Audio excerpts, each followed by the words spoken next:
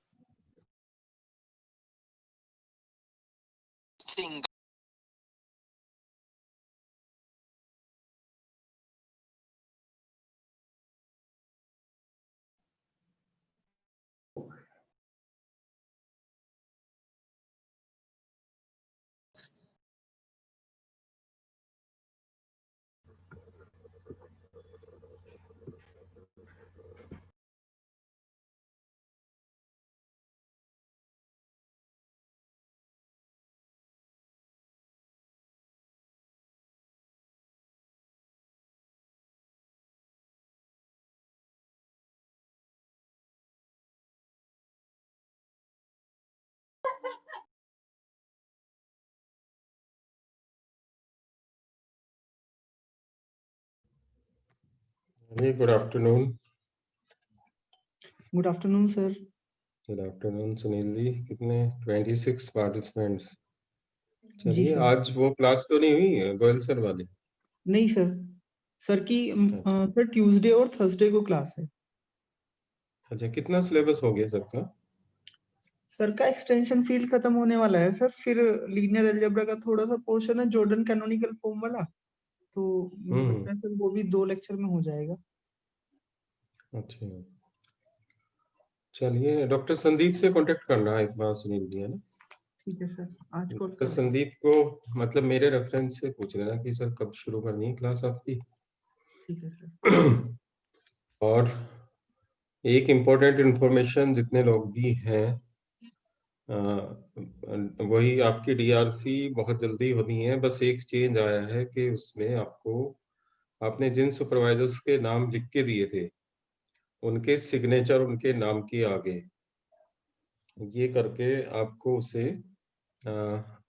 Mail के through या group में सुनील पांडे तक कैसे भी पहुंचाना है या पर्सनली. तो ये इम्पोर्टेंट है. और मतलब मोस्ट एक्सपेक्टेड नेक्स्ट वीक में ये हो जाएगी. तो उस बीच में अगले 2-3 दिनों में ये सारा काम कर दीजिए प्लीज. कुछ लोगों ने किया है ना? सर इसमें तीनों साइन कंपलसरी है या फर्स्ट नहीं, वन? तीनों जिसके आपकी कंसेंट मिल जाए. एक बार जी. उस सुपरवाइजर से जरा एक जो हमें देखना होता है at the time of DRC, वो ये देखना होता है कि कैटेगरी वाला भी क्या मतलब वो है. उस पर्टिकुलर सुपरवाइजर के अंडर में 50% सीट्स इधर होती हैं, 50% ओपन होती हैं. तो ऐसा तो नहीं कि वो कोई कैटेगरी वाली प्रॉब्लम आती हो कि उसकी सीट्स तो कैटेगरी रिजर्व कैटेगरी वाली ओपन है और वो किसी जनरल वाले को कंसेंट दे रहा है. इसके रिवर्स हो तो कोई फर्क नहीं पड़ता. तो उस चीज का ध्यान रखने के लिए जरूरत है. अगर वो अकाउंट है उनके पास ऑलरेडी तब तो एक सुपरवाइजर ही सफिशिएंट है, वही आपको मिल जाएगा. लेकिन अगर ऐसा नहीं है तो दूसरे सुपरवाइजर्स को भी एक्सप्लोर उस समय करने की जरूरत होती है जब ये देखते हैं कि सीट उस कैटेगरी में वैकेंट नहीं है जिस कैटेगरी में आप हैं. ये है. तो ये काम आप लोग जल्दी से करें. आपको सुपरवाइजर अलॉट होना बहुत जरूरी है क्योंकि लिटरेचर रिव्यू आप लोगों को करना है. और जितनी जल्दी ये अलॉटमेंट होगा फिर उतनी जल्दी आप लिटरेचर रिव्यू वाले सेक्शन को करेंगे और ये कोर्स वर्क एनीवे कंप्लीट हो जाएगा. केवल एक वो बचेगा पेपर आपका होना, लिटरेचर रिव्यू का प्रेजेंटेशन वाला एग्जाम ऑनलाइन कराने की कोशिश करेंगे दिसंबर के एंड तक। जो लिटरेचर रिव्यू आपको प्रेजेंट करना है एक्सटर्नल एग्जामिनर के सामने, उसका प्रेजेंटेशन ऑनलाइन कराने की कोशिश करेंगे। जैसे कल एमफिल का वाइवा था, इसीलिए मैंने जोड़ दिया। मुझे लेट इस चीज का ध्यान आया कि कुछ लोग ऐड कर दिए, कुछ लोगों ने देखा भी था कल एमफिल वाला, तो उसी पैटर्न पे हम लोग वो कराएंगे फिर आप लोगों का लिटरेचर रिव्यू का प्रेजेंटेशन, जो एक कंपलसरी पार्ट है इस कोर्स का। Good afternoon sir. Good afternoon. हाँ Arun ji. Sir literature review कितने पेज का लिखना होता है, मुझे कितना? Around 10 pages, 8 to 10 pages. हाँ जी, ओके। बेसिकली इस तरह से करें उस काम को। कुछ लोग आप लोगों में एडवांस स्टेज पे भी हैं कि जब सिनॉप्सिस आप बनाएं तो आपके लिए यूज हो जाए। जब आपको एक सुपरवाइजर मिलेगा तब आपको एक रिसर्च एरिया भी अलॉट होगा।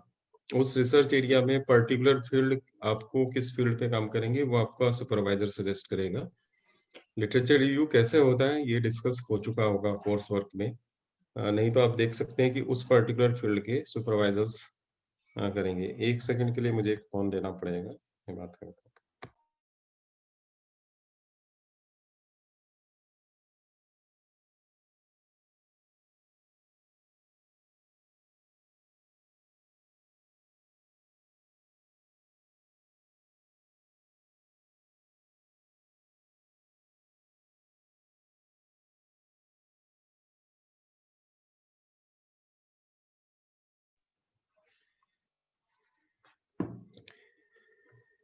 ये है। और चलिए, किसी को कुछ पूछना हो जब तक बाकी लोग आए।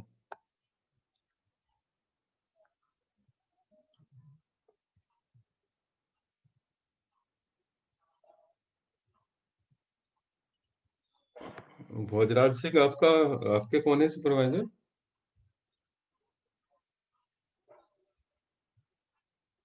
हैं भोजराज सिंह?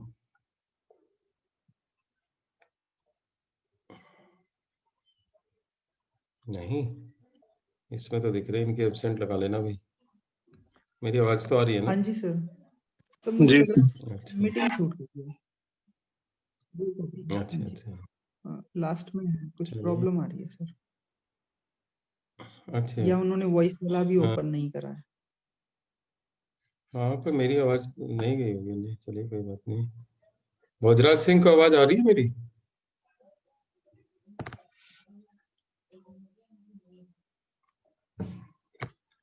शिवानी राणा, तुम्हारे कौन है?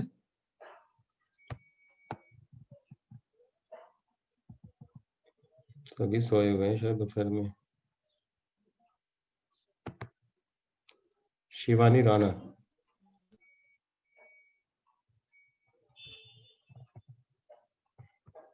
शुभम जी, आपके कौन है?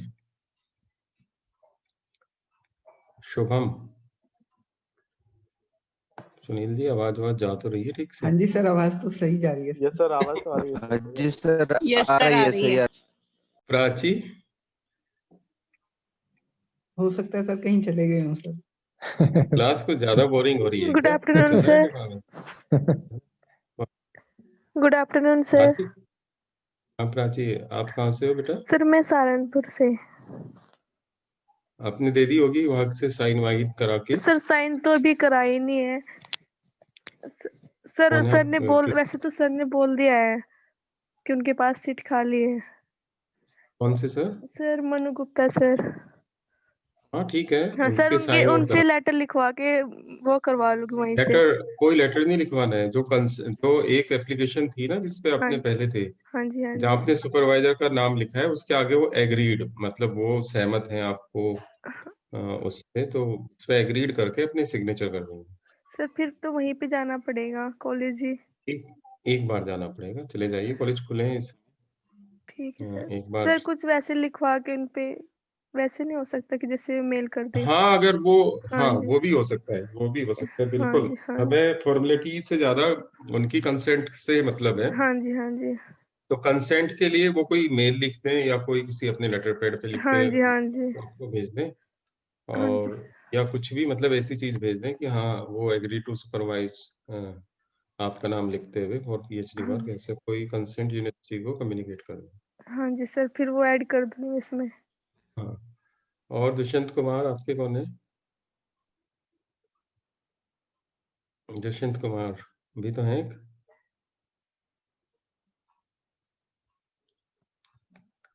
जी सर, नहीं है, प्रेजेंट है। मुझे अटेंडेंस लेनी पड़ेगी, मुझे लगता है ना, ऐसे तो काम नहीं चलेगा। अनुज भारद्वाज, अनुज कुमार भारद्वाज नहीं है। नमस्ते सर जी। हाँ, इनके हैं सर, सुनील प्रेजेंट हूँ।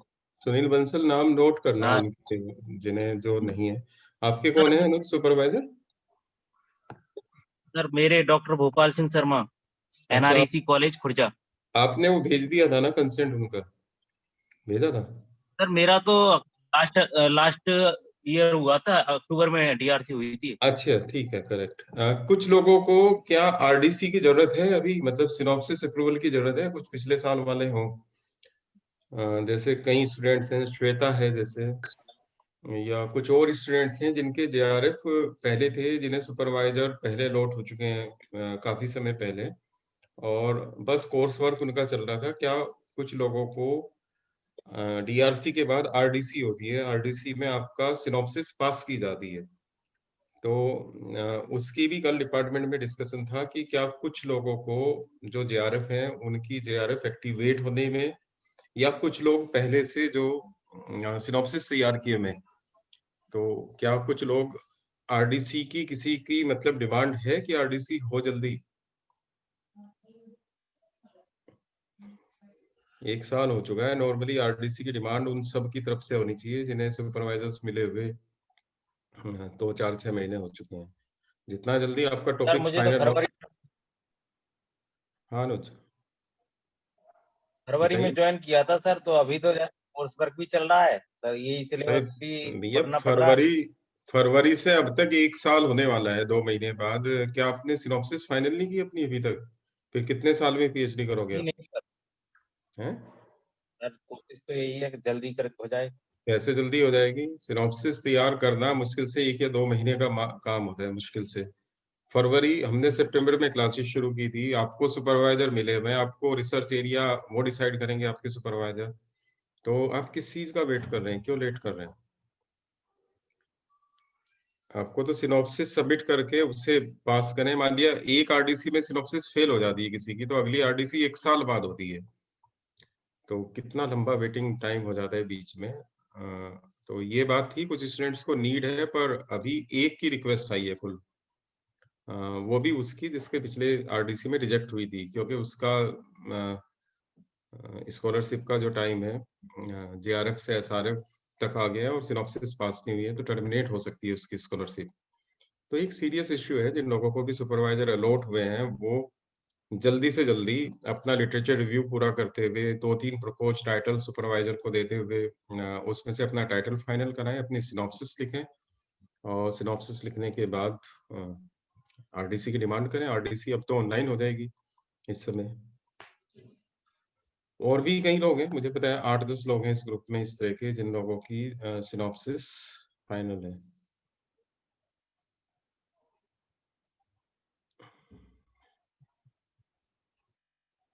सुंदर खारीजी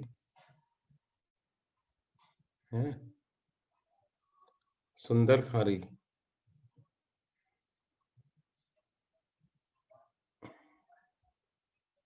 नहीं, भोजराज सिंह अभी भी नहीं आया ना।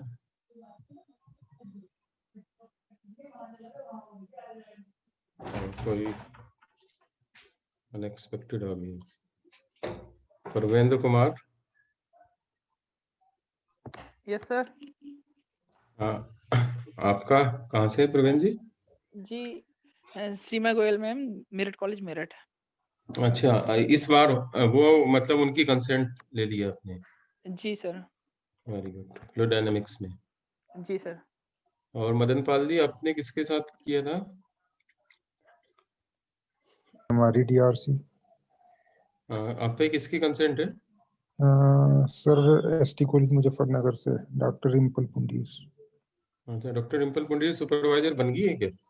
कुछ फाइल मूव की थी सर, तो शायद हो गया अप्रूवल। अच्छा, वो कंफर्म कर मैं देना। आज ही मिला था सर, गया था कॉलेज ना। अच्छा अच्छा, हाँ जी, तो साइन करा लिए अपने उनके? तो मैं मंडे में करा लूंगा सर, अभी आया था 1 घंटा पहले ना मिलके। अच्छा अच्छा, हाँ वो तो जब जा रहे हो तभी करा लो। वो ये दूसरा ऑप्शन भी है, वो मेल वगैरह भी कर सकते हैं, या कोई लेटर लिख के आपको मैं व्हाट्सएप। वो करा लूंगा सर, करा के ना फिर मेल कर दूंगा। पर्सनली चले जाए तो ज्यादा अच्छा है। पर्सनल पर्सनली मतलब उसी फॉर्म पे सिग्नेचर हो जाए तो ज्यादा अच्छा है। पर्सनली जाऊंगा सर, मैं उसी फॉर्म पे करा के लाऊंगा। चलिए ठीक है, बाकी सब लोग भी इस काम को जल्दी कराइए, और जो लोग नहीं रेस्पॉन्स कर रहे हैं आप लोग फोर्स कीजिए, क्योंकि सबकी एक साथ ही होगी, और इसे आपको लेट नहीं करना चाहिए।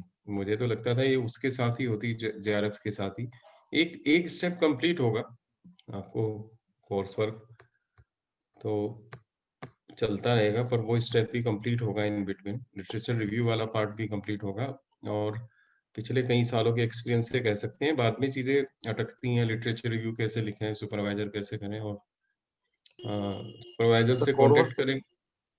सर कोर्स वर्क के एग्जाम कब होते हैं?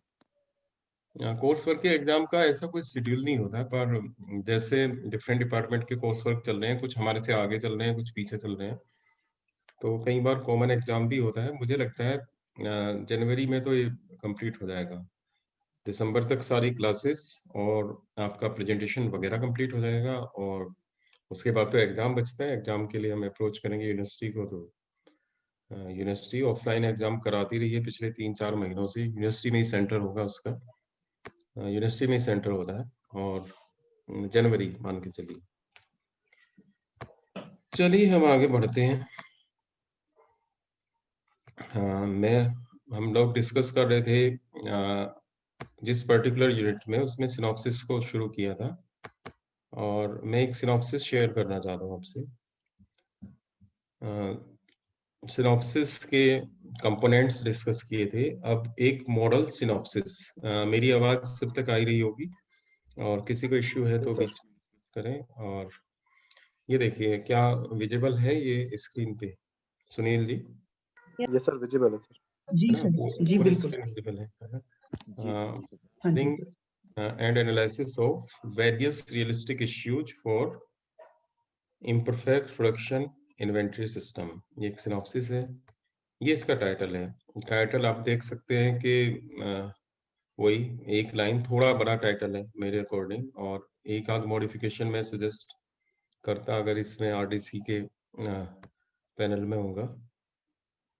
वेरियस रियलिस्टिक इश्यूज में मैं यहाँ ये सजेस्ट करता इस टाइटल में कि वेरियस वर्ड की बजाय आप पर्टिकुलर किस इश्यू को डिस्कस करेंगे उसे इसमें डालिए, है ना। ये स्टूडेंट का सबमिशन है, और मेरा एज ए इवेलेटर ये सजेशन होगा कि मॉडलिंग एंड एनालिसिस में आप किस particular issue imperfect production system के साथ डिस्कस कर रहे हैं उसे क्लियर कीजिए।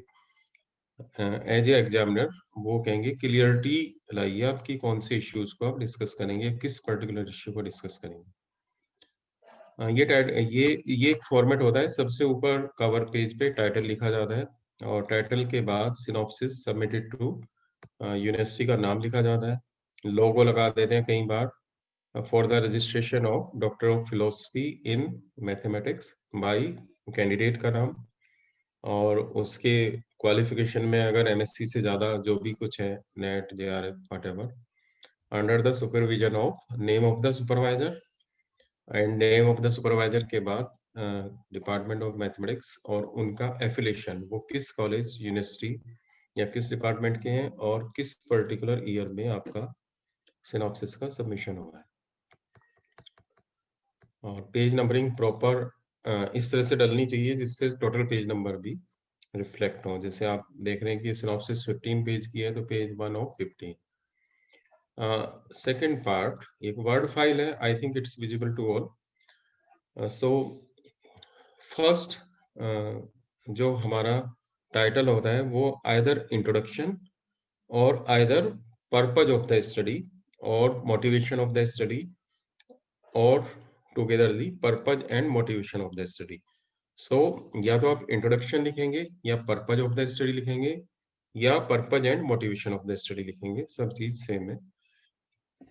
जैसे कि आप देख सकते थे कि टाइटल इन्वेंट्री मॉडल्स का था, तो फर्स्ट पैराग्राफ में उसने ब्रॉड एरिया को बताया, इन्वेंट्री मॉडल्स किस टॉपिक में आता है, किस सब्जेक्ट का पार्ट है। तो बेसिकली वो ऑपरेशन रिसर्च का पार्ट है, तो फर्स्ट पैराग्राफ में ऑपरेशन रिसर्च को बताया। तो अगर आप फ्लूइड डायनेमिक्स में काम कर रहे हैं तो फ्लूइड डायनेमिक्स के बारे में बताएंगे, अगर टोपोलॉजी में काम कर रहे हैं टोपोलॉजी के बारे में बताएंगे, अगर क्रिप्टोग्राफी में काम कर रहे हैं तो उसका इंट्रोडक्शन देंगे। तो फर्स्ट पैराग्राफ ब्रॉड जो एरिया है आपका उसका इंट्रोडक्शन, सेकंड पैराग्राफ आपका जो सब पार्ट है, सब एरिया है, पर्टिकुलर इन्वेंट्री, आप देख रहे हैं inventory is stock of that करके इस चीज को उसने वहां पे खत्म किया। इन्वेंट्री कंट्रोल को स्टडी करना क्यों इम्पोर्टेंट है, या आप भी अपने सेकंड पैराग्राफ में आपका जो एरिया है, ब्रॉड एरिया के बाद नेक्स्ट सब एरिया है उसका इंट्रोडक्शन देखते हुए उसकी स्टडी की इंपॉर्टेंस पे उसे कंक्लूड करें।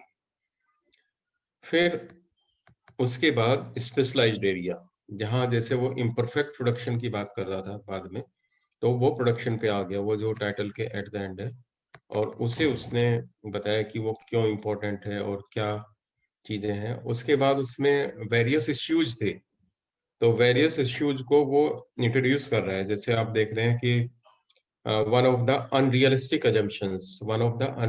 अजम्पशंस मीन ये एक इश्यू है जिसे उसने कहा कि ये डिफरेंट मॉडल में लिया जाता है और वो रियलिस्टिक नहीं है, तो उसे वो ठीक करेगा। फिर उसे दूसरा इश्यू डिस्कस किया, वॉल्यूम फ्लेक्सिबिलिटी। इस इश्यू को भी उसने, ये वेरियस इश्यूज वाले पार्ट को कवर करता है, और इस तरह से उसने इससे नेक्स्ट पैराग्राफ में फिर एक और दूसरा इश्यू बताया कि लर्निंग इफेक्ट को उसमें डिस्कस किया जाएगा, और फाइनली उस पर कंक्लूड किया। तो एक तरह से ये टाइटल का इंट्रोडक्शन है। उसमें broad area, operation research, thereafter inventory control, और इन्वेंट्री कंट्रोल के बाद वो इन्वेंट्री कंट्रोल में भी प्रोडक्शन मॉडल को और इम्परफेक्ट प्रोडक्शन को डिस्कस करेगा, और उसमें भी फिर किन किन इश्यूज को एड्रेस करने का उसका plan. Thereafter second one is research programme, या कुछ भी इसमें लिख सकते हैं। सेकेंड जो टाइटल है वो होता है literature review, and literature review alternatively known as present state of knowledge. Present state of knowledge means कि टिल डेट तक उस पर्टिकुलर टॉपिक में हिस्ट्री से अब तक कितना काम हुआ है। तो first paragraph introduction, second part literature review, alternatively known as present state of knowledge. उसमें आपको बिल्कुल हिस्ट्री से शुरू करना चाहिए, जैसे इसने बोल्ड किया 1918 के रेफरेंस को। तो ये फर्स्ट मॉडल था जो इकोनॉमिक प्रोडक्शन मॉडल जब पहली बार आया था, तो उसे उसने लिखा। फिर वो लंबे लंबे गैप लेगा, क्योंकि 18 के बाद 19-20 करते हुए तो बहुत सारे रेफरेंस हो जाएंगे। मेजर कंट्रीब्यूटरी, तो उसके बाद उसने 1979 बताया कि पहला मॉडल तब बना था, उसके बाद ये अब बना, और ऑलमोस्ट क्रोनोलॉजिकल ऑर्डर को फॉलो करते हुए, मींस ईयर्स के इंक्रीजिंग ऑर्डर को फॉलो करते हुए आप उसमें आ जाते हैं कि किसने क्या किया था। एटेल आपको बताया होगा कि एक से ज्यादा ऑथर्स हो, दो से ज्यादा ऑथर्स हो तो एटेल यूज करते हैं, और अगर दो ऑथर हैं तो दिस एंड दैट करके यूज करते हैं, सिंह एंड साहू एंड साहू करके जिस तरह से है, या ये है। और जहां एटेल लिखा है तो वहां मोर देन 2 ऑथर्स है। 2016, और ये सिनॉप्सिस जैसे कि हम देख रहे थे, ये सिनॉप्सिस 2017 ईयर में थी, तो 2017 तक के उसने एक पर्टिकुलर टॉपिक का रिव्यू किया, फिर उसने कोई दूसरा, क्योंकि उसमें वेरियस इश्यूज थे किसी दूसरे टॉपिक को लेके, उसके सिग्निफिकेंट कंट्रीब्यूशंस को बता के उसे 2017 तक बताया। फिर थर्ड इश्यू उसने प्रोडक्शन प्रोसेस को लिया और उसका भी इम्पोर्टेंट पेपर बताते हुए फर्स्ट, और उस इश्यू को भी। तो कई थीम के टुवर्ड्स आप लिटरेचर रिव्यू कर सकते हैं, और फिर बात करते हैं कि जो लिटरेचर रिव्यू आपको प्रेजेंट करना है वही आपके सिनॉप्सिस में आ जाए। ये 3-4 पेजेस का है, वो 10 पेजेस तक का मैंने कहा है कि वो थोड़ा ब्रॉडर होगा, फिर आप उसे और कंबाइन कर लेंगे तो वो एक्सरसाइज भी आपको रिसर्च में काम आए, वो बेकार ना जाए आपके लिए। ये ऑब्जेक्टिव है अभी लिटरेचर रिव्यू करने का। मोस्टली यहाँ पिछले कोर्स वर्क में देखा गया कि सबने ORP लिटरेचर रिव्यू कर दिया और ठीक है वो पास हो गए, फिर बाद में वो जिनके साथ PhD कर रहे हैं वहां अपने टॉपिक्स पे जाके वो लिटरेचर रिव्यू फिर उन्हें करना पड़ेगा, तो ऐसा क्यों किया जाए। तो ठीक है, वो इस तरह से उसने 3-4 इश्यूज लिए और सबकी बेस पेपर्स, सबके इनिशियल पेपर्स से करते हुए उन्हें 2017 तक कर दिया। ऐसे मोस्टली इसमें 4-5 इश्यूज हैं, एक बड़ी सिनॉप्सिस है, थोड़ा एवरेज रूटीन जो एवरेज साइज है उससे, तो लिटरेचर रिव्यू इसका थोड़ा बड़ा है और 2 या 3 इश्यूज पे लिटरेचर रिव्यू होना चाहिए।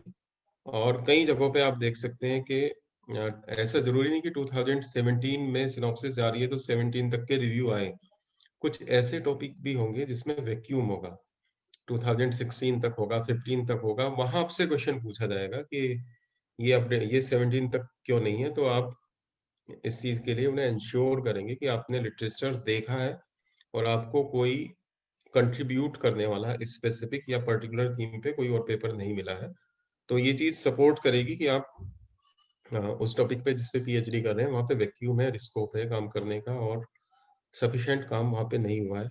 लेकिन अगर आप ये कहेंगे कि मैंने देखा ही नहीं, बस 10 साल का गैप कहीं हो जाए, 2017 में सिनॉप्सिस जा रही है और 6 से आगे के रेफरेंस नहीं है, तब अगर आप उसे इग्नोर करते हैं तो वो सिनॉप्सिस आपकी पास नहीं होगी। इस तरह से करते हुए एक एक्सटेंडेड लिटरेचर रिव्यू दिया गया 17 तक। इस सिनॉप्सिस में ये कमी है कि जहां eight the and literature review खत्म हुआ है, भोनिया एंड बैरन 2017, यहाँ पे एक एनालाइजिंग पैराग्राफ आने की जरूरत है लिटरेचर रिव्यू के एट द एंड, या जो भी सब लिटरेचर रिव्यू थे वहां पे उसमें ये लिखना है कि so far this work has been done in that specialisation, और वो काम बहुत अच्छा है लेकिन still there is a scope और देयर इज ए वैक्यूम उस पर्टिकुलर एरिया को जिसपे आप रिसर्च करने जा रहे हैं, कि ये काम हुआ है लेकिन इस डायरेक्शन में या इस कॉम्बिनेशन में काम नहीं हुआ है, वहां काम करना बहुत इंपॉर्टेंट है। उसकी show your vacuum, discuss about the all reviews, show your vacuum जहां पे काम करना चाहते हैं, and also describe the importance of that vacuum, उस वैक्यूम को फिल करना, व्हाई दिस इज इम्पोर्टेंट, तो ये भी मेंशन करने की इसमें जरूरत है। तो यहाँ पे यहाँ तक आपको ये करना है। तो इस तरह से लिटरेचर रिव्यू वाला सेक्शन कंप्लीट होगा। Then come to the third section, that is broad outlines of the work. Broad outlines को अल्टरनेटिवली प्रपोज्ड रिसर्च प्लान भी कहते हैं, या ब्रॉड आउटलाइंस कहते हैं, या चैप्टर प्लान भी कहते हैं। सो हम लोग का फिर जो लिटरेचर रिव्यू होगा उसमें सेकंड सेक्शन इंपॉर्टेंट है मतलब। हाँ, सेकंड सेक्शन इंपॉर्टेंट है, वैक्यूम को शो करना, और वैक्यूम डेफिनेटली मेंशन करें। वैक्यूम के बगैर तो आपने बस एक कथा लिख दी, इसने ये किया था, इसने ये किया था, इसने ये किया था, आप क्या करने जा रहे हो और क्यों करने जा रहे हो, इसे डिस्क्राइब करने की वहां पे इंपॉर्टेंस है। नॉर्मली स्टूडेंट्स इसे स्किप करते हैं पर इस पैराग्राफ को करें। ब्रॉड आउटलाइंस में देखिए उसने यहाँ पे लिखा है, inspiration for this work has been taken from different books and research paper publish in different journals based on the existing literature on this model. It is clearly observed that there is still a growing interest, particularly on the issue of the imperfect production system. यहाँ भी थोड़ा vacuum से शुरू करेंगे, वहां वो थोड़ा detail होना चाहिए था। मेरे पॉइंट ऑफ व्यू से इसमें लिटरेचर रिव्यू थोड़ा बड़ा है लेकिन उसमें वो चीज मिसिंग है जो एट द एंड उसका एनालिसिस वाला पार्ट होना चाहिए।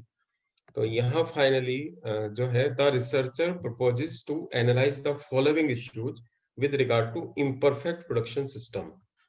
तो उसने ये फर्स्ट आउटलाइन दी, imperfect production inventory model with volume flexibility.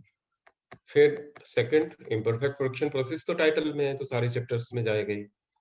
उसके साथ एक बार वॉल्यूम फ्लेक्सिबिलिटी को लिया, उसके साथ एक बार लर्निंग इफेक्ट को लिया, और एक बार उसके साथ फजी एनवायरनमेंट को लिया, एक बार उसी पर्टिकुलर आउटलाइंस के साथ मल्टी आइटम्स को लिया, और एक बार स्क्रीनिंग स्क्रीनिंग प्रोसेस को लिया इम्परफेक्ट प्रोडक्शन के साथ, और एक बार इफेक्ट ऑफ इन्फ्लेशन लिया, और तो ऑलमोस्ट ये 6 आउटलाइंस उसने प्लान किए।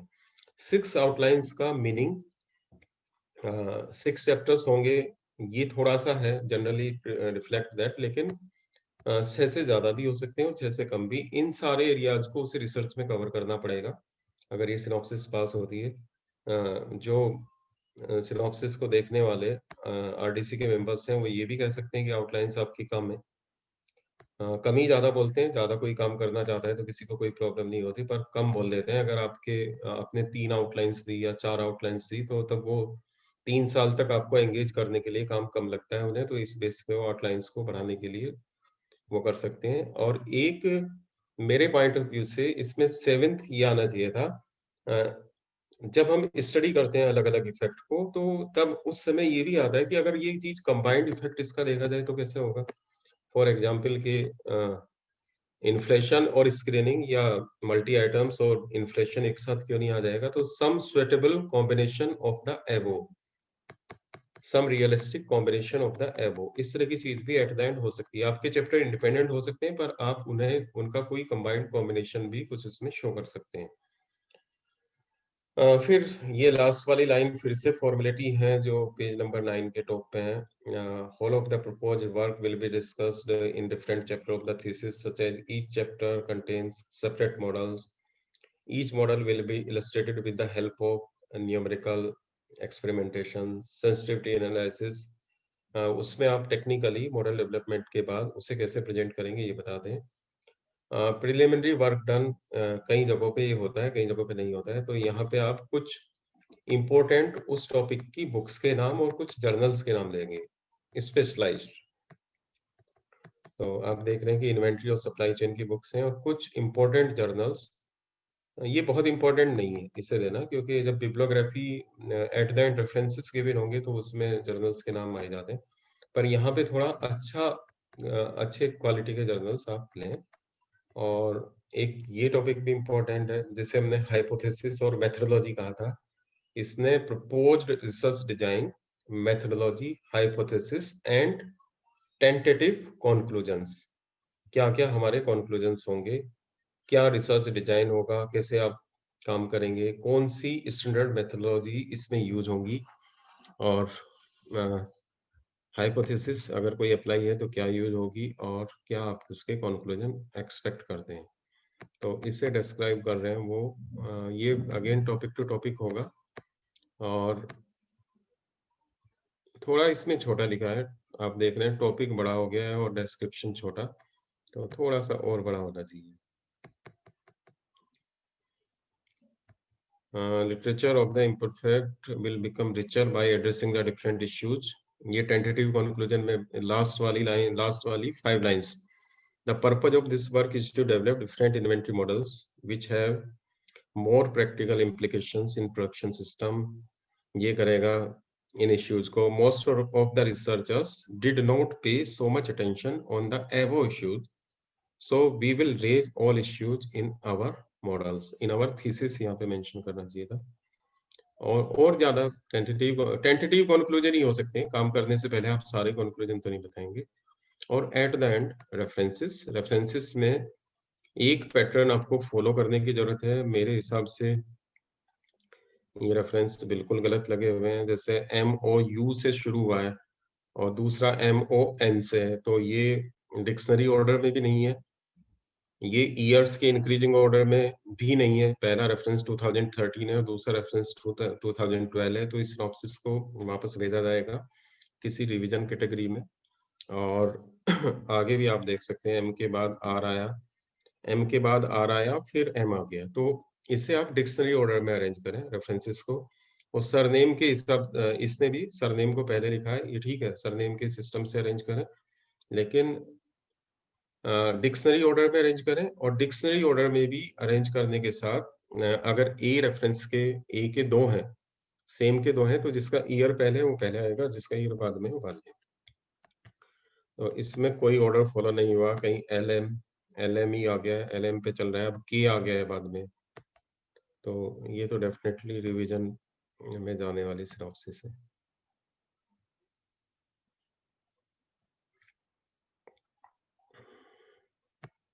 कुछ भी कैसे भी लिखा है, बी 28 रेफरेंस पे बी आया है, और 2016, 17 के बाद 14, तो ऐसा ना करें। तो ये सिनॉप्सिस के बारे में हुआ, और सिनॉप्सिस का डिस्कशन कैसे होगा ये सब।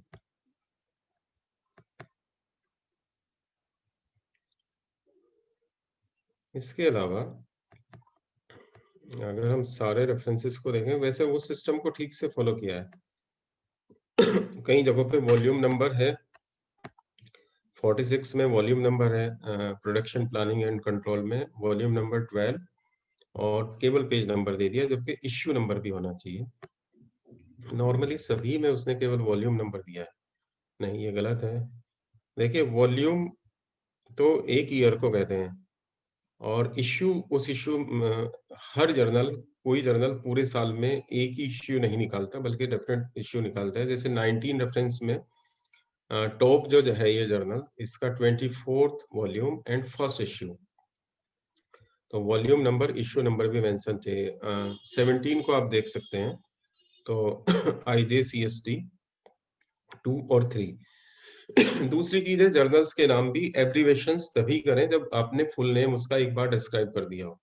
IJCST या टॉप मुझे क्या अब तक क्या है, तो अगर या तो आपने ऊपर बता दिया हो, नहीं तो आपने जब 15 पेज भरे हैं तो 4-5 लाइन और आ जाएंगी, तो जर्नल का नाम फुल लिखें।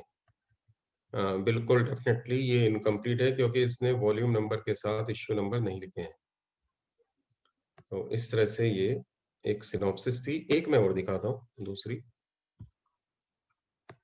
आप लोगों के लिए इम्पोर्टेंट है, सिनॉप्सिस आपको बनानी है। ये बताएं अगर दिखाई दी हो तो। Yes sir. यस सर, दिख रही है जी। Mathematical modelling on green supply chain management with reverse logistics, ये किस तरह की सिनॉप्सिस है।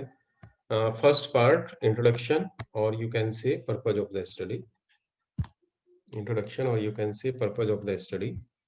देन वही उसने बताया कि थोड़ा सा ट्रेडिशनली शुरू किया उसने, ऑपरेशन रिसर्च ना करके मैथमेटिकल मॉडल से शुरू किया, क्योंकि मैथमेटिकल मॉडल्स ऑपरेशन रिसर्च में होते हैं। मैथमेटिकल मॉडल से शुरू किया, फिर इन्वेंट्री को लिया है। Inventory management is a primarily about specifying the size, ऐसा कुछ करके ये इन्वेंट्री, सप्लाई चेन, और फिर green supply chain, reverse logistics जो उसका टॉपिक है।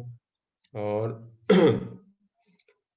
यहाँ पे भी अभी चल ही रहा है इसका। इंट्रोडक्शन बड़ा हो गया है, इस हिसाब से इंट्रोडक्शन बड़ा हो गया है। इंट्रोडक्शन को eight the and, introduction description की साइड में चला गया है, open loop system, that loop system नहीं। इंट्रोडक्शन में उसका इंट्रोडक्शन अच्छा था पहले वाले सिनॉप्सिस का। इंट्रोडक्शन में broad area, sub area, specialised area, specialised area के बाद जिस टॉपिक पे आप PhD कर रहे हैं वो, और उसकी इम्पोर्टेंस, ये सब होना चाहिए। तो ये थोड़ा उस तरह का नहीं है, इसमें कॉन्क्लूडिंग पैराग्राफ भी नहीं है, तो ठीक है, उसमें उसे फॉलो करें। Present state of knowledge means literature review, literature review. तो टॉपिक को डिस्क्राइब करने के बाद उसने बताया कि ये 2007-4 में काम हुआ, और फिर बताया कि सबसे पहले किसने काम किया। और ये सिनॉप्सिस 13 या 14 की है, कंप्लीट नहीं थी, फाइनली कंप्लीट होते हुए से ठीक किया गया था, एक मेरे स्टूडेंट की है। और 2013 की है, तो आप देख रहे हैं 2012 तक उसने बताया चीजों को। यहाँ पे भी वो कमी है कि लिटरेचर रिव्यू देने के बाद एक एनालिसिस पैराग्राफ, एक एनालाइज होना चाहिए काम का। उस एनालिसिस में आपको ये क्लियरली लिखना चाहिए कि ये बहुत अच्छा, बड़े लोगों ने बहुत अच्छा काम किया है, लेकिन फिर भी इसमें वो काम नहीं हुआ है जो मैं करने जा रहा हूँ, और वो काम करना बहुत इंपॉर्टेंट है। तो इस तरह से की कुछ लाइंस इसमें होनी चाहिए। लिटरेचर रिव्यू के बाद ब्रॉड आउटलाइंस, फिर उसने उसी तरह से ब्रॉड आउटलाइंस, कई लोग सिनॉप्सिस में सीधे सीधे टाइटल लिखते हैं, जैसे ये इसका जो टाइटल है, reverse logistics inventory model with reliability consideration, इतना लिखते हैं, या दूसरा इतना लिखते हैं। पर उससे बेटर ये है कि आप उसे थोड़ा सा एक्सप्लेन करें। पिछली सिनॉप्सिस में भी वो एक्सप्लेनेशन मोड फॉलो किया गया था और इसमें भी एक्सप्लेनेशन वाला मोड फॉलो किया गया है, तो ये ज़्यादा बेटर है कि ब्रॉड आउटलाइंस को आप थोड़ा-सा बता दें डिटेल में।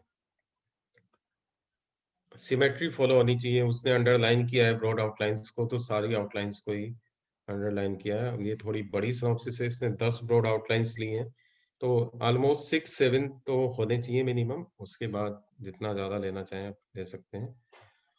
ये ऑलमोस्ट वही है। ब्रॉड आउटलाइंस के नीचे जो लिखा हुआ है, problem selected for the study will be discuss in different chapter of the thesis such that, ये सब एक फॉर्मेलिटी लिखने की चीज होती है। न्यूमेरिकल वेरिफिकेशंस होंगे, ग्राफ और टेबल्स की हेल्प से यूज होगा। Preliminary work done in this field, उसने कौन सी बुक्स को पढ़ा है, कौन से स्टैंडर्ड जर्नल्स को, चीज़ों को फॉलो किया है इसे करने में, ये सब चीज़ें। List of journal, list of books, और वो रिसर्च लेवल की बुक्स, रिसर्च और जर्नल्स ऑब्वियसली अच्छे जर्नल्स होने चाहिए। और कहाँ से उसने लिया है, इसमें ही लास्ट वाली लाइन इसने लिखी है, the following paper has been prepared by the researchers and is to be sent for the favor of publication shortly। ये रेलेवेंट है क्योंकि इस पर्टिकुलर स्टूडेंट के सिनॉप्सिस के टाइम पे कुछ पब्लिकेशन हो चुके थे। देखिए, आपकी आरडीसी हो सकता है 1 साल बाद हो, जितने ज़्यादा आपको पब्लिकेशन करने से कोई कभी नहीं रोकता है। जब आप रिसर्च में आ चुके हैं, तो जब भी आपकी प्रॉब्लम बन जाए, तो उसे बिना रोके उसे पब्लिकेशन करने के लिए आपको कम्युनिकेट कर देना चाहिए। ये बहुत इम्पोर्टेंट है। और अगर वो प्रॉब्लम को अगर आप होल्ड करते हैं, तो ये बिल्कुल हो सकता है कि उस रिसर्च को कोई और कर दे, और आप उस प्रॉब्लम को जब सबमिट करें, तब तक वो ऐसा काम किसी और ने या उसके पैरेलल काम कोई और कर चुका हो। तो सिनॉप्सिस के टाइम पे अगर आप कुछ पब्लिश पेपर के साथ आते हैं, तो ये सपोर्टिव होता है और ये पॉजिटिव होता है, और जो भी आरडीसी बोर्ड होता है, तो उसे अपीलिंग होता है कि स्टूडेंट को रिसर्च करना आता है और वो बड़े जर्नल्स के लायक पेपर लिख सकता है। जैसे इसका ये पहला पेपर एल्सवेयर में पब्लिश था, फिर ग्रोइंग साइंसेस, हिंदावी भी यूएसए से आता है, ग्रोइंग साइंसेस कनाडा का जर्नल है, और ये सारे स्कोपस जर्नल हैं। तो at the time of synopsis, she has 10 confirmed publications और almost scopus, list of 10 papers। ये बहुत ज्यादा है, इतने में पीएचडी होती है नॉर्मली, तो ये इतना एक्सपेक्ट नहीं किया जाएगा किसी से, पर अगर किसी के पास है तो उसे देना चाहिए। इतने पेपर कम्युनिकेट किए हुए थे और इतने पेपर अंडर प्रिपरेशन थे, इतनी सारी सेमिनार्स अटेंड कर दी थी। आप अभी से सेमिनार्स, टॉक, चीजें अटेंड करने की कोशिश करें, उनके सर्टिफिकेट अरेंज करें और अपनी सिनॉप्सिस में उसका पार्ट बनाएं कि इन बिटवीन आपने इतना सारा काम किया है इस बीच में, अगर आप थोड़ा लेट सिनॉप्सिस को लेके आते हैं। फिर देखिए, ये स्टैंडर्ड कॉलम है, propose research design, tool, methodology, hypothesis and tentative conclusion. ये सीसीएस का पैटर्न था नॉर्मली, तो यहाँ पे आप अपने रिसर्च डिजाइन को, टूल्स को, मेथोडोलॉजी को, हाइपोथेसिस को, टेंटेटिव कंक्लूजन्स को इस तरह से फाइनली मार्क करते हैं। थोड़ा थोड़ा लिखा है, जैसे उसमें भी थी ये प्रॉब्लम। ये थोड़ा, जितने टाइटल्स हैं तो 1 पेज तो ऑलमोस्ट होना चाहिए, 1-1.5 page. Aim of the study is to form models which provide a tool to decision makers to determine the best scenario for a supply chain। अगर इतने सारे पब्लिकेशंस थे तो ये और भी बड़ा होना चाहिए था। आप तो कंक्लूजन के इतने पब्लिकेशंस के साथ आपके तो बहुत सारे कंक्लूजन अचीव हो गए होंगे, तो ये थोड़ा ज्यादा बड़ा होना चाहिए। नॉर्मली 1 पेज तो होना चाहिए। बिब्लियोग्राफी का पैटर्न देखिए, first reference is alphabetically Alarmy A 2010, computers and industrial engineering 60, 236 to 247। Volume number, और वॉल्यूम नंबर है, इश्यू नंबर नहीं है। ये कई जर्नल का पैटर्न भी हो सकता है। अगर ऐसा है कि कुछ जर्नल केवल वॉल्यूम नंबर ही दे रहे हैं, इश्यू नंबर नहीं देते, तो आपके पास उसके एविडेंस होना चाहिए। एज ए एग्जामिनर मैं पूछूंगा कि पहले वाले पेपर में इश्यू नंबर कहाँ पे गया आपका। सेकंड वाले में, international journal of production economics में, डेफिनेटली इसने मिस किया है, इसमें इश्यू नंबर भी होता है। थर्ड में भी उसने इश्यू नंबर को मिस किया। फोर्थ में ये शायद कोई बुक है, है ना, स्प्रिंगर की कोई बुक है, लेकिन 5th रेफरेंस में उसका आ गया है, volume number 11 issue number 1। 6th में भी आ गया है वॉल्यूम नंबर 90 इश्यू नंबर 3। 7 के ऑनवर्ड्स 6-7 के ऑनवर्ड्स उसके ठीक होने लगे। तो पहले 3-4 रेफरेंस ही शुरू में, एक आध कोई बीच में तो छिप भी जाएगा वो, लेकिन बोलते हैं कि आपने कुछ चीजें मिस की हैं, और कहीं भी उसका ग्रामेटिकल ऑर्डर मिस ना हो। जैसे आप देख सकते हैं reference number 5, 6, 7, same author Dobos and Richter. तो डोबोस एंड रिचर के उसने 4 रेफरेंसेस यूज किए, तो देखिए ईयर्स के फिर इंक्रीजिंग ऑर्डर में आए हैं। Dobos and Richter's author is the same, तो 2003 पहला आया, उसके बाद 4 आया, फिर उसके बाद 6 आया। फिर से मुझे फोन लेना पड़ेगा।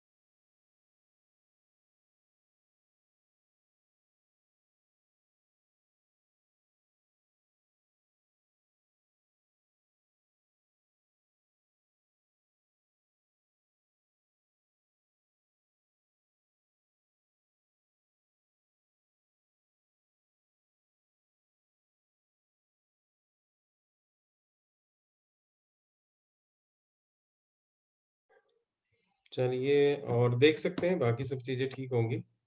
तो आपने भी नोटिस किया होगा कि आवाज आ रही है ना सुनील जी?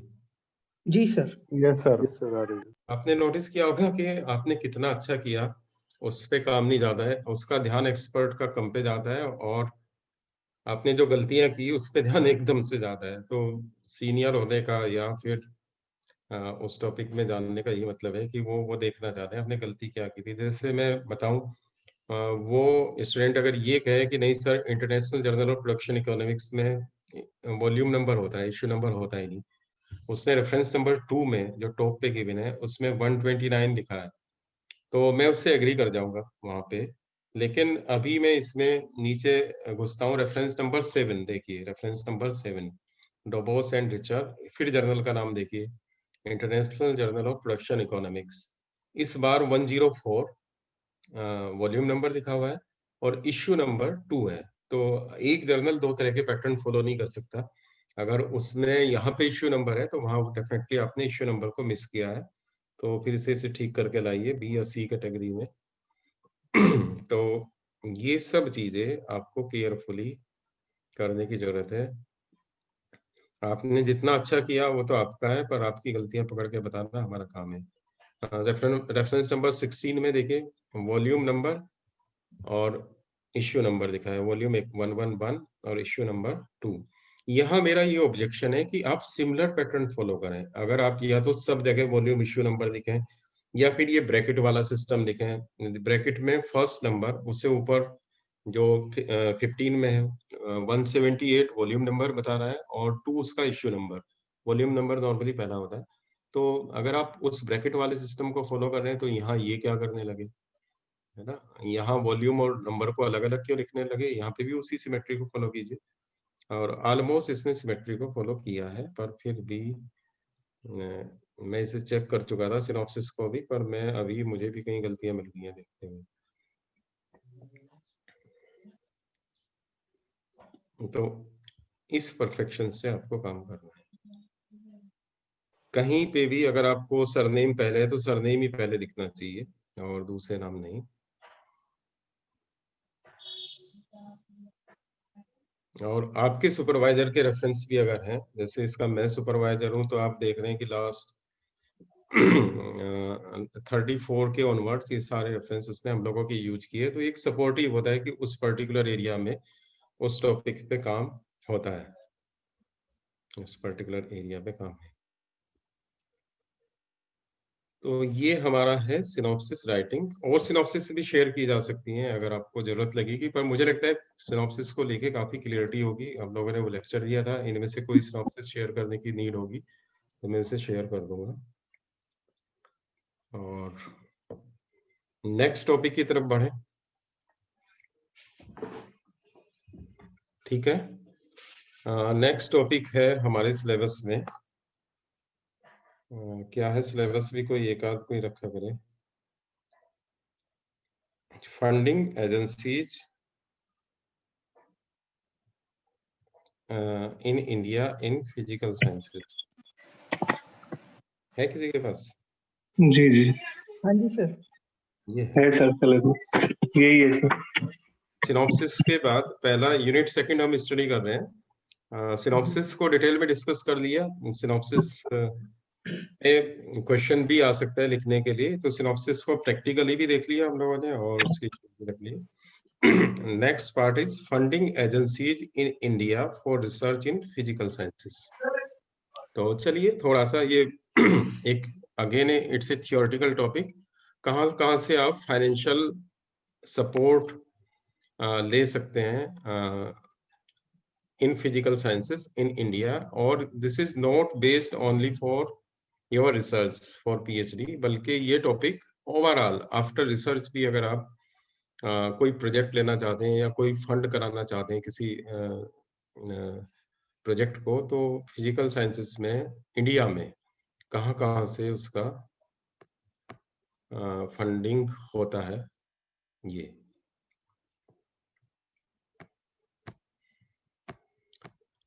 मेनली अगर हम स्टार्ट करें इसे, तो सबसे पहले तो देखिए आपको फंडिंग जो लोग जेआरएफ ले रहे हैं वो जानते हैं कि सीएसएआर और यूजीसी एग्जाम कराने वाली बॉडी आपकी सीएसएआर है, और लेकिन स्कॉलरशिप उसमें यूजीसी से भी मिलती हैं और सीएसएआर से भी मिलती हैं, और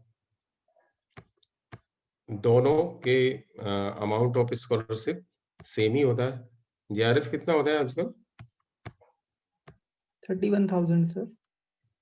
31 विद एच एंड एचआरए।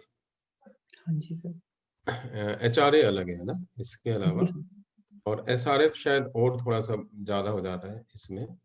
तो ये है, तो आप लोग एक रिसर्च स्कॉलर्स की तरह से तो इन दोनों एजेंसी से, अगर आपने जेआरएफ वाला एग्जाम पास किया है तो इन दोनों जगहों से फंडिंग ले सकते हैं।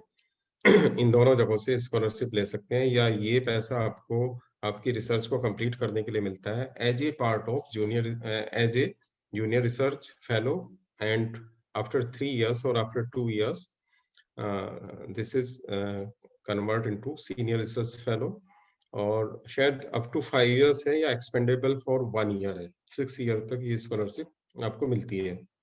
इसके अलावा गेट वाले एग्जाम के थ्रू भी स्टूडेंट्स जो ले सकते हैं, अगर किसी आईआईटी में पीएचडी करने जाएं तो गेट की स्कॉलरशिप भी उन्हें मिलती है। वो मोस्टली आईआईटीज में मिलती है, और कुछ यूनिवर्सिटी डिपार्टमेंट्स को भी परमिशन होती है उसकी।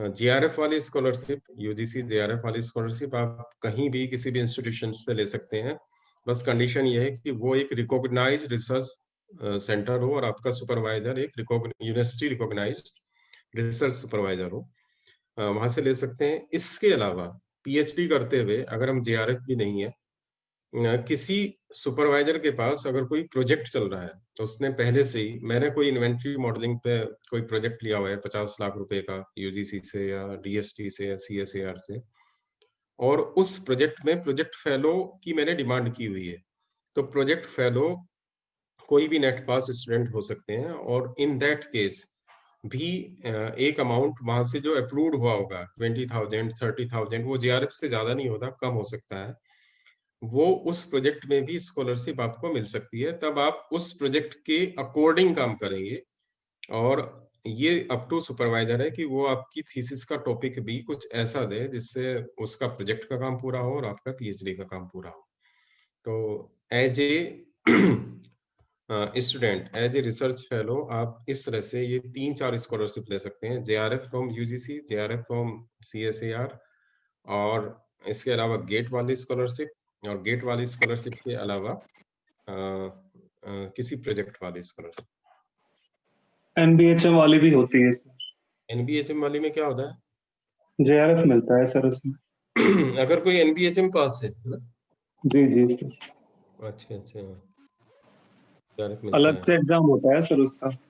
एनबीएचएम का बताइए क्या होता है, थोड़ा सा बताइए सर। उसमें वो एक एग्जाम कंडक्ट कराते हैं, तो जैसे कि एचआरआई है और आईएमएससी है, institute of mathematical sciences Chennai, तो इस तरह के इंस्टीट्यूट बताते रहिए, मैं फोन सुन लेता हूँ।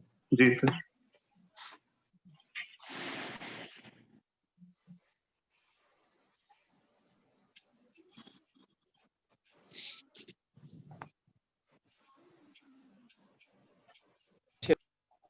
तो वो उसकी स्कॉलरशिप कहीं भी मिलती है, मतलब किसी इंस्टीट्यूशन में मिलती है या उनके सेंटर्स पे जाके लेनी होती है? सर उनके सेंटर्स पे मिलती है, वो हर जगह एक्टिवेट नहीं होती। आईआईटीज में एक्टिव हो सकती है, हाँ हाँ, और आईएमएससी में, आईएससी में भी एक्टिव हो सकती हाँ, है। या कुछ और पर्टिकुलर रिसर्च एचआरआई में, सीएमआई में, हाँ, आईएमएससी, इन सब में हो जाती है। तो ये भी आप नोट करिए, ये सब भी नोट कीजिए।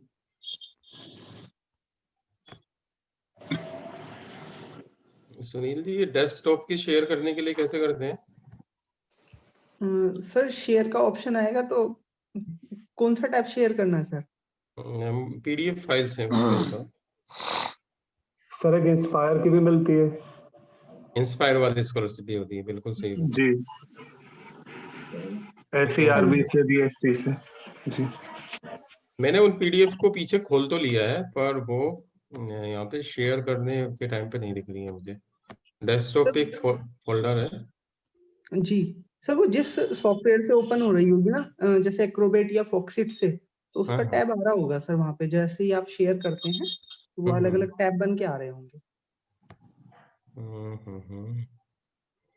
पीपीटी के टैब आ रहे हैं, और एजेंसीज में तो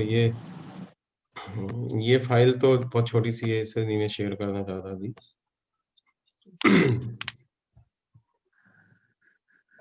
शेयर स्क्रीन करने के बाद फंडिंग एजेंसी, चलिए ये है, ये विजिबल होगा सबको? हाँ जी सर, जी। Yes sir. चलिए इसका कोई एक फाइल खोल के देखते हैं। ये है,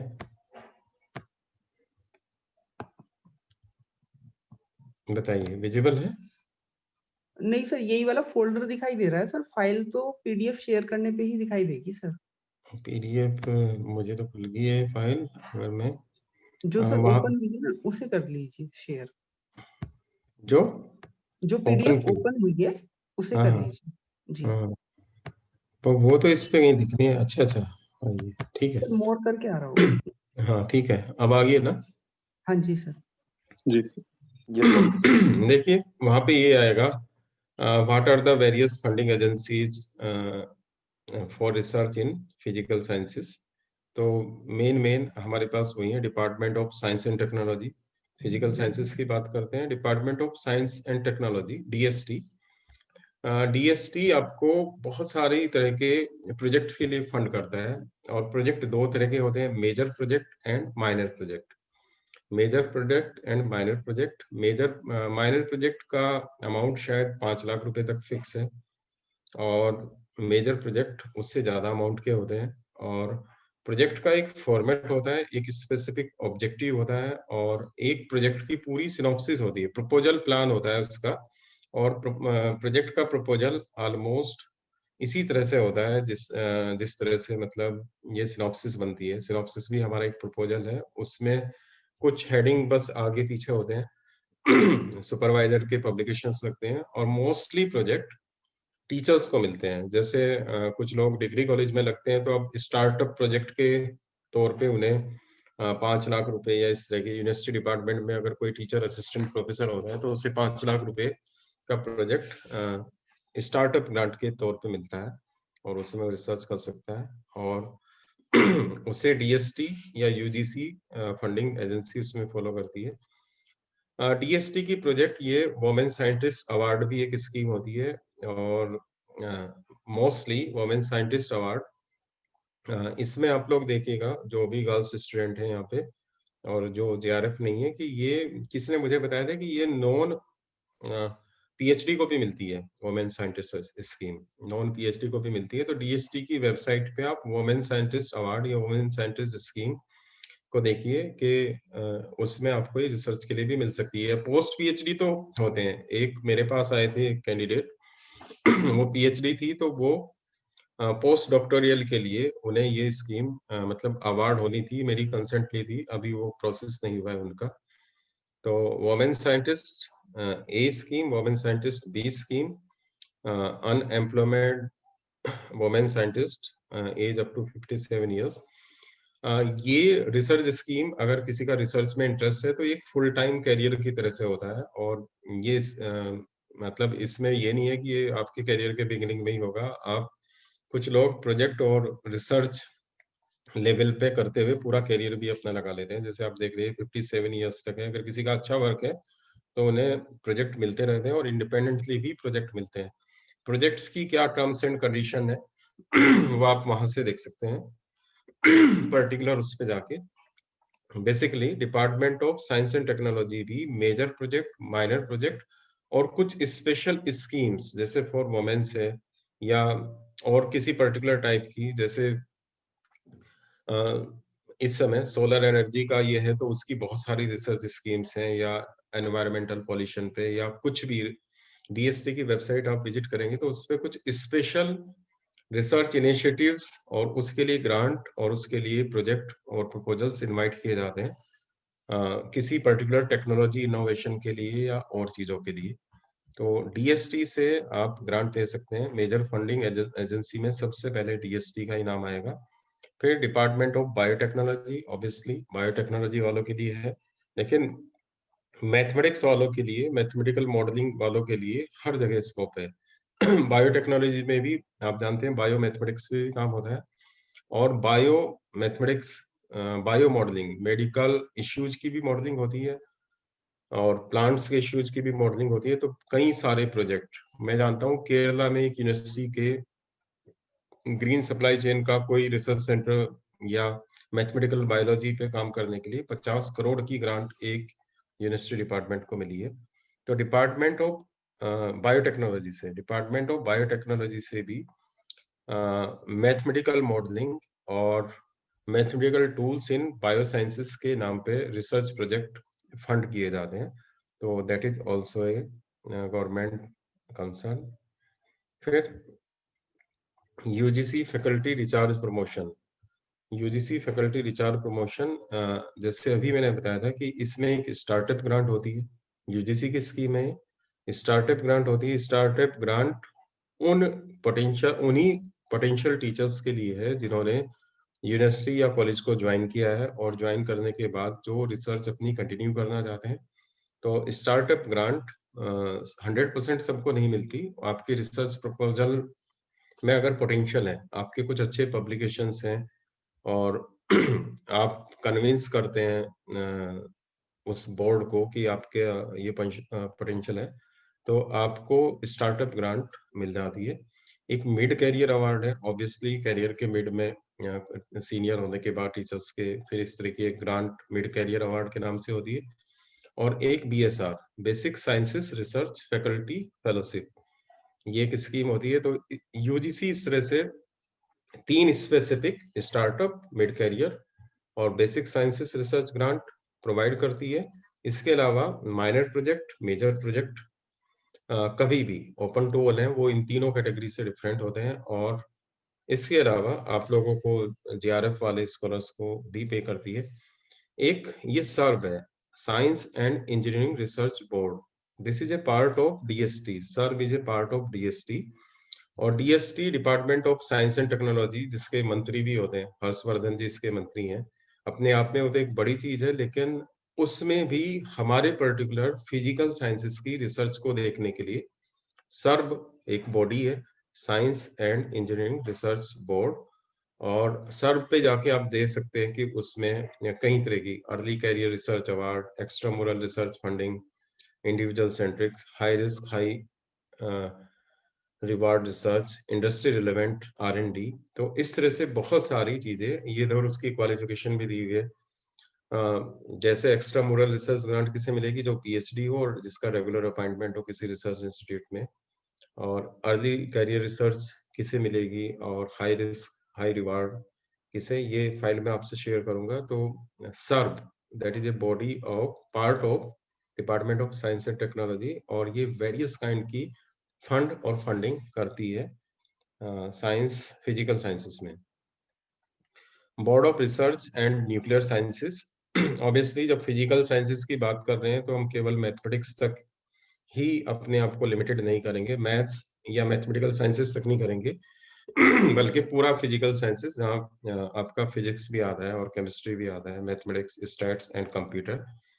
तो न्यूक्लियर साइंसेस और मैथ्स और स्टैट्स के लोगों के लिए हर जगह स्कोप होता है, उनके टॉपिक, टूल्स या मेथडोलॉजी डिजाइन करने में कहीं पे भी मिलता है।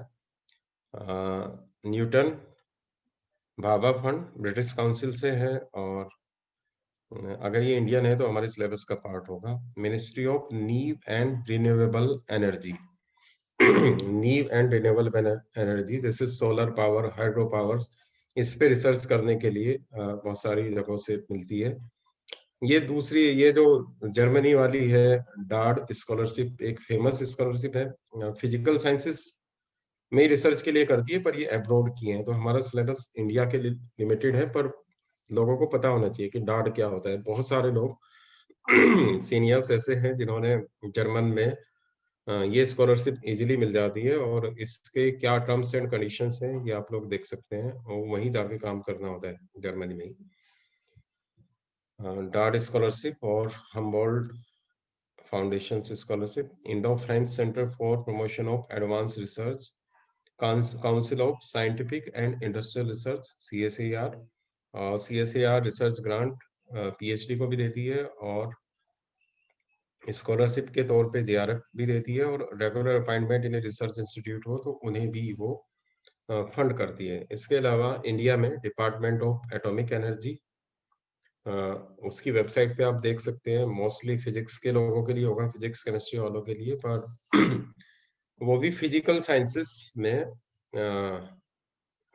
Research grant, research proposal accept करते हैं और रिसर्च ग्रांट करते हैं। Indian council of agriculture research, Indian council of medical research, interdisciplinary research में ये सारे लोग रिसर्च प्रपोजल्स एक्सेप्ट करते हैं। Department of electronics and information technology, Indian national science academy INSA, यहाँ से भी रिसर्च प्रपोजल और रिसर्च ग्रांट आप बाद में टीचिंग में आने के बाद ये किसी रिसर्च सेंटर में या फिजिकल साइंसेस में ले सकते हैं। ISRO, ministry of defence, ministry of earth science, ministry of environment, forest and climate change, health and family welfare, petroleum and natural gas. इस तरह से ओवरऑल फिजिकल साइंसेस को naval research board, national board for higher mathematics, इसका नाम भी यहाँ पे है, Tata institute of fundamental research, ये सब फिजिकल साइंसेस की रिसर्च को, reserve bank of India, overall ये लिस्ट है। Minor project, major project, some pilot project, some specific research project, research grant, इस तरह से ये सब फंड करते हैं। दूसरी फाइल देखते हैं, दूसरी क्या है।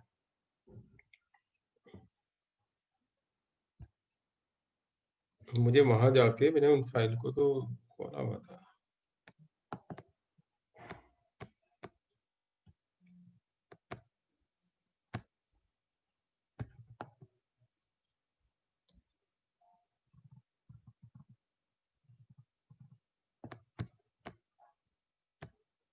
चलिए यहीं तक रखते हैं। उन दोनों फाइल्स में कुछ होगा इसके अलावा तो उसे मैं शेयर कर लूंगा आप लोगों के साथ, नहीं तो कल और देख के उसमें से डिस्कस करते हैं। और किसी को कुछ पूछना है तो बात कर सकते हैं।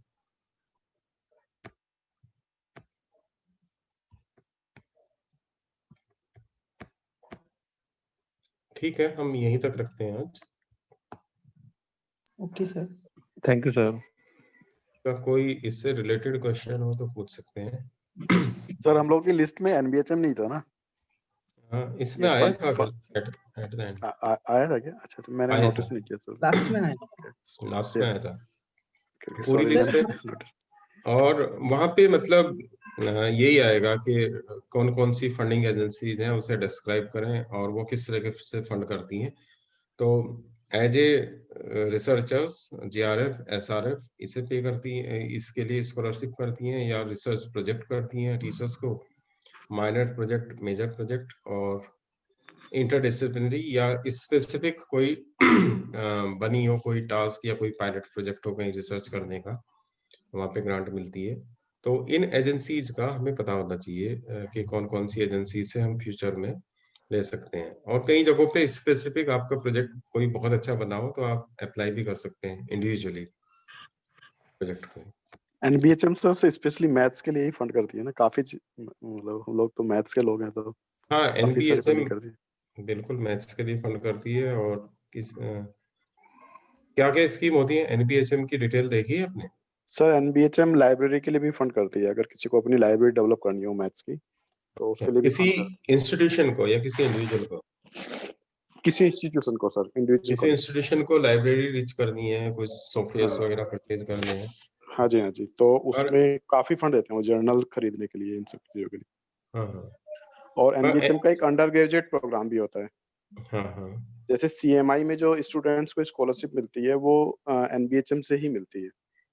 हाँ और मुझे भी जो अंडर ग्रेजुएट में स्कॉलरशिप मिली थी आईएमए में, हम लोग को एनबीएचएम स्कॉलरशिप देती थी। हमारे यहाँ बहुत फंड आता था एनबीएचएम से, हम्म, लेकिन अनफॉर्चुनेटली एनबीएचएम प्योर मैथ्स वालों को ही ज्यादा फंड करते हैं, क्योंकि हाँ उसमें हाँ प्योर मैथ्स हाँ। के लोग ज्यादा हैं। देखिए मैथमेटिक्स अप्लाइड वालों को तो अभी भी उतनी इज्जत नहीं मिलती मैथमेटिक्स में। पहले तो बहुत ही खराब स्थिति थी मैथमेटिक्स में।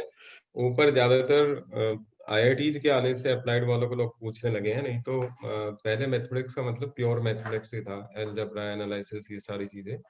जब से आईआईटी वाला डोमिनेंस हुआ और वहाँ टेक्नोलॉजी के साथ मैथमेटिकल टूल्स अप्लाई होने लगे, तब से ही चीजें होने लगी। पर एनबीएचएम ये के जो भी रिसर्च सेंटर्स हैं और मैथमेटिकल साइंसेस के, वहाँ पे अभी भी प्योर मैथमेटिक्स के लोगों के ही यस बोलबाला है। सर, यस और सर। प्रोजेक्ट की वो फंडिंग में वो लोग बैठते हैं तो प्योर मैथमेटिक्स में ही है, और उन्हें फिर रिसर्च भी बहुत स्पेसिफिक और एक्सक्लूसिव चाहिए।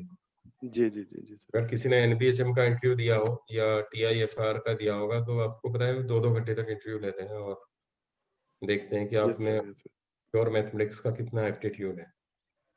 आप अलजेब्रा ग्रुप रिंग को इमेजिन कर सकते हैं पिक्टोरियली, या वही वैसी डेफिनेशन सुनाते हैं वो 4 प्रॉपर्टीज वाली, तो वो ज्योमेट्रिकली सुनना चाहते हैं सारी सारी चीजें। ठीक है, वो जी भी है। सर, वो बिल्कुल। तो एक थियोरेटिकल पार्ट है सिलेबस का, ये पूरी यूनिटी थियोरेटिकल है, तो शेयर करते रहेंगे इससे रिलेटेड फाइल्स को। मैंने भी ढूंढा है इसे उससे गूगल से, और मैं शेयर कर दूंगा आपसे। और बताइए, और लोग भी ऐड कर सकते हैं जिससे कि कुछ भी आइडिया है। जैसे अभी एनबीएचएम आपने भी बताया, और इससे पहले क्या बताया था किसी ने, कौन सी एजेंसी बताई थी?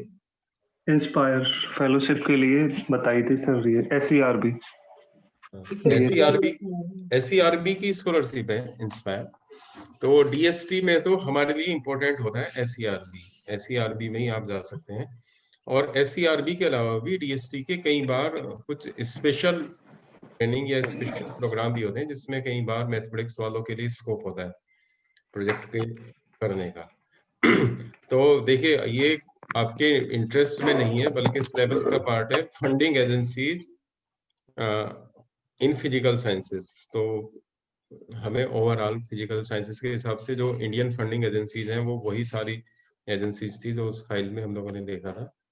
तो और थोड़ा सा डिटेल में उसमें देख लीजिएगा इसे। इन बाकी 2 फाइल्स में कुछ और चीजें भी होंगी जिसे नेक्स्ट क्लास में शेयर कर देंगे। सर एनबीएचएम एक जगह और देती है ये ग्रांट, जैसे हमें को रिसर्च एक्टिविटी करानी हो यूनिवर्सिटी में या हाँ। कहीं पे, तो उसके लिए भी फंडिंग शेयर करती है वो कुछ। ये सारी एजेंसीज, बहुत अच्छा कहा इन्होंने अनुज जी ने, ये सारी एजेंसीज रिसर्च के लिए भी फंड करती हैं। इसके अलावा सेमिनार, कॉन्फ्रेंसेस, वर्कशॉप या कोई स्पेशल कोर्स रन करने के लिए भी ये सारी एजेंसीज फंड करती हैं। आपने पढ़ा होगा कोई भी international conference sponsored by UGC, sponsored by DST, sponsored by NBHM या इस तरह से। इसके अलावा एक और चीज छूट गई है फिजिकल साइंसेस में, every state has its own council for science and technology. जैसे यूपी की भी UP council of science and technology है, उत्तरांचल की Uttaranchal council of science and technology है। स्टेट लेवल पे भी काउंसिल सीएसटी होती है, council of science and technology, और उसमें भी अगर आप जाएंगे किसी की भी साइट पे तो वो भी इन सब चीजों के लिए, उनके बजट थोड़े कम होते हैं स्टेट लेवल पे, पर वो सेमिनार कराने के लिए, प्रोजेक्ट्स के लिए, इन सब चीजों के लिए वहां पे भी ये फंड करते हैं।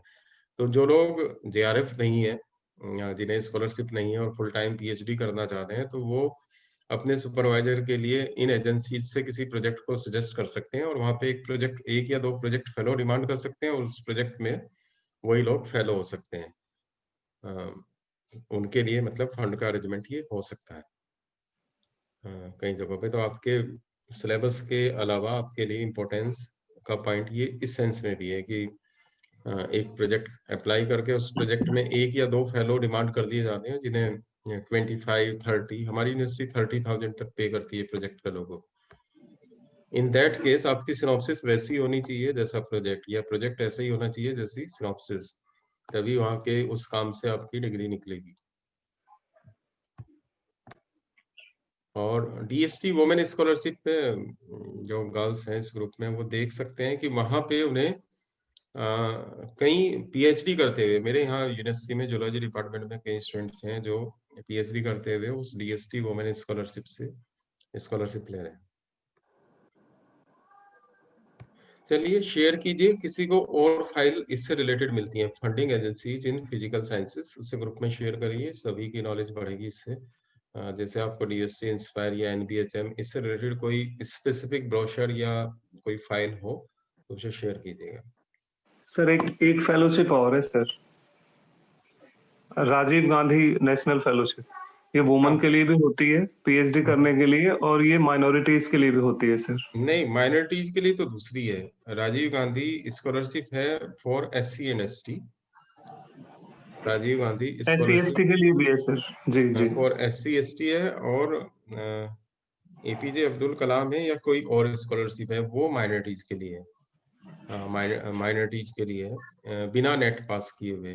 राजीव गांधी स्कॉलरशिप भी उनके लिए है जो जिनका रजिस्ट्रेशन हो चुका है, और जो एससी या एसटी कैटेगरी में आते हैं वो सीधे राजीव गांधी स्कॉलरशिप के लिए अप्लाई कर सकते हैं और उन्हें जेआरएफ के इक्विवेलेंट ही स्कॉलरशिप मिलती है इसमें। आरजीएनएफ, यस। हाँ, इसी तरह से आप इसे कंफर्म कीजिए, एपीजे अब्दुल कलाम या इस तरह की है वो माइनॉरिटीज के लिए है। अगर किसी की सिनॉप्सिस अप्रूव हो चुकी है और उसे कोई स्कॉलरशिप नहीं है तो वो उसके लिए भी जा सकते हैं। बिल्कुल, ये दोनों चीजें एक स्पेशल क्लास के लिए हैं, एक एससी एसटी के लिए है और एक माइनॉरिटीज के लिए। चलिए, ये तो हम स्कॉलरशिप्स पे आ गए। बेसिकली वो ये दोनों स्कॉलरशिप भी फंडेड बाय यूजीसी या किसी गवर्नमेंट एजेंसी, डीएसटी या इसकी होंगे, तो देख सकते हैं इसमें कौन सी एजेंसी से फंड करती है, यूजीसी या डीएसटी। एजेंसी तो यही है, स्कीम्स डिफरेंट हो सकती हैं, पर फंडिंग एजेंसीज तो साइंस के लिए डीएसटी और CSERB is a part of DST, SERB is a part of DST, UGC एक इंडिपेंडेंट बॉडी है। तो डीएसटी में ही ये बायोटेक्नोलॉजी, ये सारी की सारी चीजें कवर हो जाती हैं। और एनबीएचएम भी आप चेक करना, एनबीएचएम किस फंडिंग एजेंसी का पार्ट है, डीएसटी का पार्ट है क्या। आप डीएसटी की वेबसाइट को जरूर विजिट करना है, उसमें भी SERB, science and engineering research board. ठीक है सुनील जी, बंद कर दीजिए। Okay sir. Thank you sir. Thank you.